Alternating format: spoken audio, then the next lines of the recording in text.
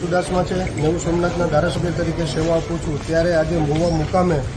જે નવનીતભાઈ ઉપર અંદાજિત 3 દિવસ પહેલાં જે હુમલો થયેલો હતો અને નવનીતભાઈને ઉપર ખૂબ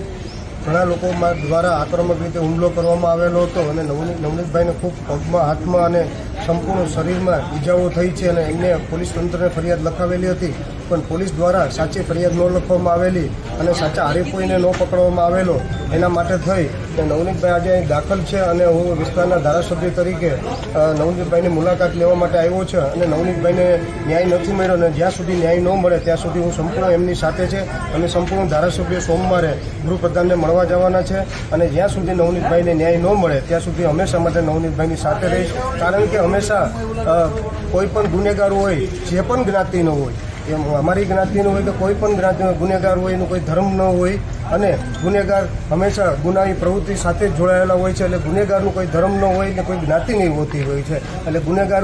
હોય છે અને જે પણ જ્ઞાતિનો ગુનેગાર હોય હંમેશા ગુનેગાર ગુનો કરતો હોય ત્યારે જેની ઉપર અન્યાય થતો હોય મેં જેને ન્યાય માટે થઈને જેની ઉપર અન્યાય થતો હોય એને ન્યાય મળે એની સાથે હું હંમેશા માટે રહ્યો છું અને રહેવાનો છું। ઓકે।